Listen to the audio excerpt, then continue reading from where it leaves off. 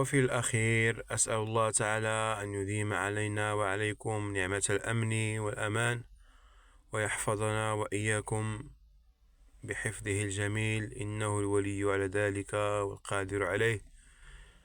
تقبلوا تحيات واحترامات أخوكم عبد الله السعيدي. إن شاء الله تعالى الإخوان اللي باقين جداد في الصفحة ما نكرهوش ديروا لنا ابوني وديروا لنا جيم وتخليوا لنا شي تعليق اذا عجبكم الفيديو.